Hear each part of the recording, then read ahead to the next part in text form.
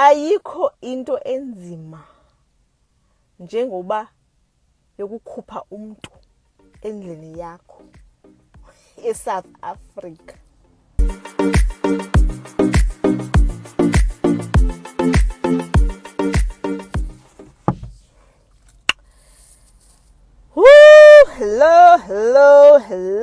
Hello. It's a Friday. Yeah. I'm trying to convince myself it's a Friday. I've got something planned, as if I have something planned. Woo, guys. Ubomi bunzima. Ubomi ngumzamo.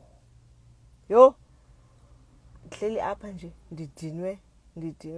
Hi Mazibuko. Oh, unjani? I hope you're having a good Friday. And Friday is exhausting. Didiniwe. I'm here at the airport waiting for someone to pick me up. So I'm dropping off a hired car. So yeah, it's new. Yeah, it's gonna be a long video. Ayikho into enzima njengoba yokukhupha umuntu endlini yakho eSouth Africa. Guys, there's nothing as so hard as trying to evict someone in your property.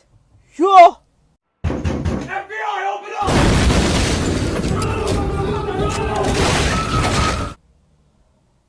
South Africa,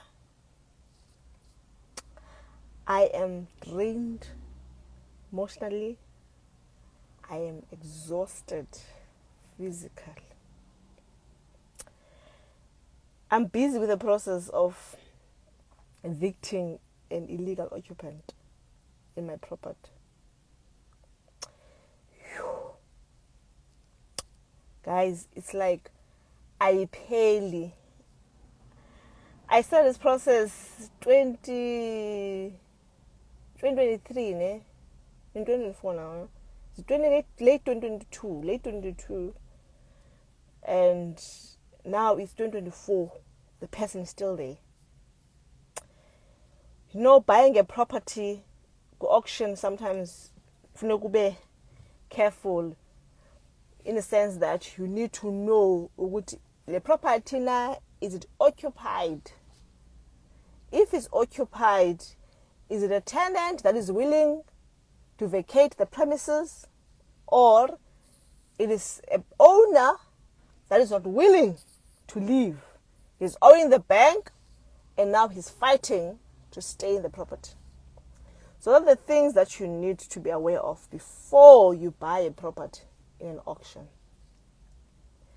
So in this case, I bought the property in an auction, and I knew there is someone there, and this person was a previous owner, and he does not want to leave the house. Because of it was in a very, very, very, very cheap price of the sale price, I took upon to myself that I am going to take that process to evict this person. Jonga, it is not easy. I went through that litigation process. We went to the court. The High Court granted us the eviction order in January. I think mid-Jan. And this person was supposed, in terms of the court order, this person is supposed to leave the property by the 31st of January. If he refuses to leave, then the sheriff will have to give the person a notice of 7 days to say, you person, you have 7 days to leave this property. If you still refuse, they are going to bring the police on the 8th day to kick this person out of the house so that I can have access to my property. I have never had access to my properties ever since I bought the property. I've been the ones to negotiate with this person, to reason with this person, to say, you know what, I own the property, I pay the rates, you are staying here for free so you don't own it. I need access to the property. And the gentleman refused. and he said he owns the property. And I asked him, if you own the property, are you paying water and rates? And he says, no. Then I said, you don't own it. And if I decide not to pay rates and taxes, the municipality is going to auction this property and somebody else is going to buy it and is going to come and kick you out still. So you are not safe. So rather you give me access to my property and you vacate my premises, you find an alternative accommodation. He refused still. So hence I took upon myself to take the process of eviction, the process of eviction. So the order was granted. The 31st was the last day. When I went there on the 31st, he was still there. Fine. I informed the lawyer that this gentleman is still there, so please instruct the sheriff to give a notice of 7 days. The sheriff instructed the illegal occupant, and then the person, after the 7th day, the person is still there. So now I go back to the lawyer, say, lawyer, this is the issue. The guy is still there. Now it is the ninth day of the month. So what happens? The lawyer is nowhere to be found. He doesn't respond to my emails. Yeah, I got frustrated. I send the emails after emails. The lawyer doesn't respond to my emails. Finally, on the 14th day, remember the notice was issued on the 31st. So he was supposed to go all the way to the 7th day. Then on the 8th of February, the sheriff was supposed to go and evict the person. It never happened. Now I'm contacting the lawyer on the 9th day. Lawyer, and the lawyer is nowhere to be found. So I only get hold of the lawyer. In fact, I don't even get hold. The lawyer responds to my emails. Yay, hey. On the 14th, why are you guys busy with love on the Valentine's Day? I'm busy sorting out my I'm busy sorting out my life. The lawyer contacts me on the 14th and say, she has instructed the sheriff to go and evict the illegal occupant. Now I called, okay, that's great news. Wonderful. Finally, it's happening. Because Mamela, my intention is to sell the property immediately. Because I don't want that property, guys. I'm done with that property. I don't want it. I want to sell it and I move on with my life. It becomes somebody else's problem because the property is in a township. So I don't want to incur that risk. I share my full risk. Oh, so I was like happy. Oh, yes, it's happening. The 14th, yeah, fake 14. Okay, what okay is everything is on track. The 10 and the sheriff. I've informed the sheriff. I've wrote him an email. They're going to do that. On the 16th, I received another email from the lawyer. It just killed me, this one. See, the sheriff says that they can't evict the person and go and evict the person because they want a payment of 6,000 rand. Hey, I'm like, that amount is going to be on top of the money I'm going to pay to the lawyers. A 6,000 rand upfront to go and evict the person with the South African police, the SAPS. And one line on the email, please be mindful that we've got a backlog of eviction orders.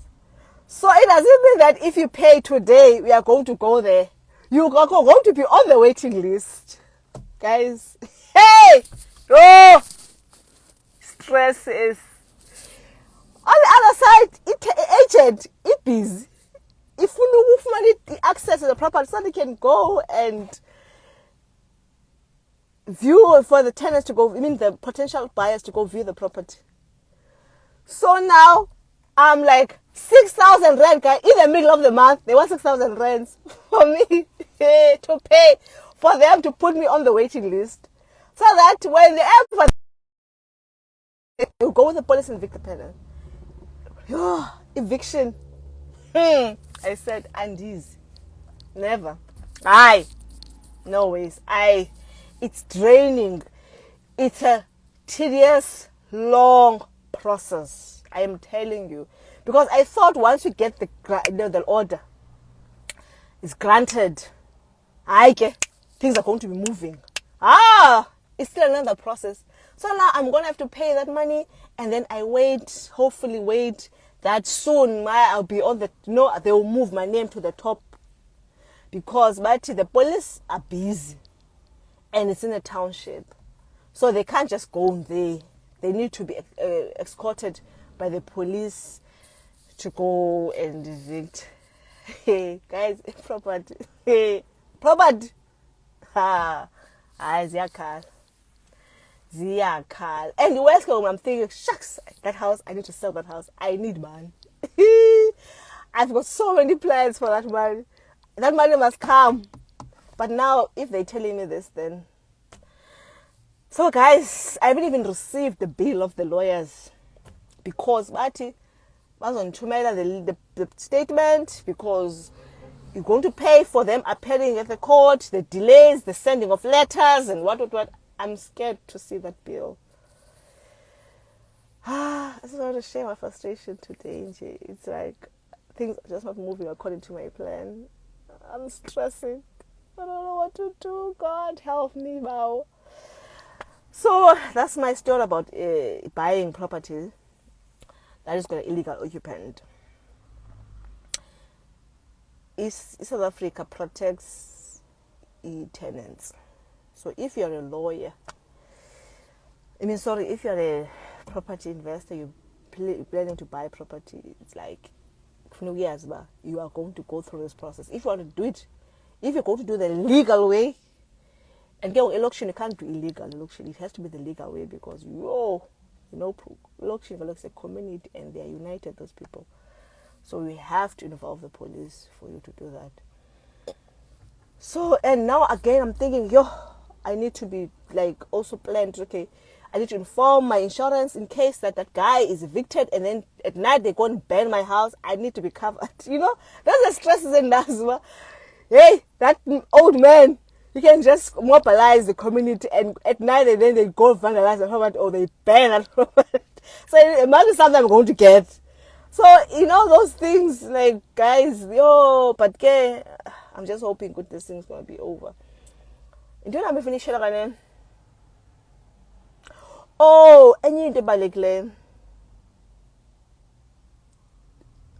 give them the letter to occupy. Yeah, I wish it was easy. And when you have an issue with a tenant, and it doesn't pay on time, you need to, in fact, that day, that if the rent is due on the 31st, and then the 31st comes, and the rent is not into your account, contact the tenant. And the tenant is going to tell you stories, whatever. Issue a letter of notice to say that. What do you call that letter, Alan? It's called the letter of demand. The letter of demand. Or demand the letter. Letter of demand. To say, I'm giving you 7 days. Oh, shucks, this person. I'm giving you 7 days to pay the rent. Failing which, I'm going to issue a letter of eviction. Because what happens, I've realized, what people do, landlords, they wait, and then you want to be the understanding landlord. You don't issue the letter, say the person, no, I'm going to pay on the 15th, and then the money doesn't come, month end comes, he tells you stories, and now you sit with a tenant that didn't pay money rent. Then comes the second month, he still tells you stories, and you haven't issued a letter of demand, you haven't even executed the eviction notice. You are going to be in trouble. So there's a minute the city agana mali, the second day comes.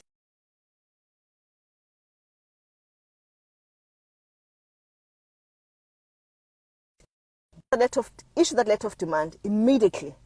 And then if it fails after 7 days, then you give a notice to say, I'm going to evict you. I've given you 21 days to pay this money, failing beyond 20 days, I'm evicting you out of my property. Immediately. Don't wait, immediately. Because remember, it's the paper trail. You have to build a paper trail to the court so that if it goes to court, then you've got the proof that you are evicting this person. You have done your processes to warn the person, to give him time to remedy, and all of that. So it is important to do that. Let me go, guys. Thank you for joining this live. I hope you're having a good Friday. Bye-bye.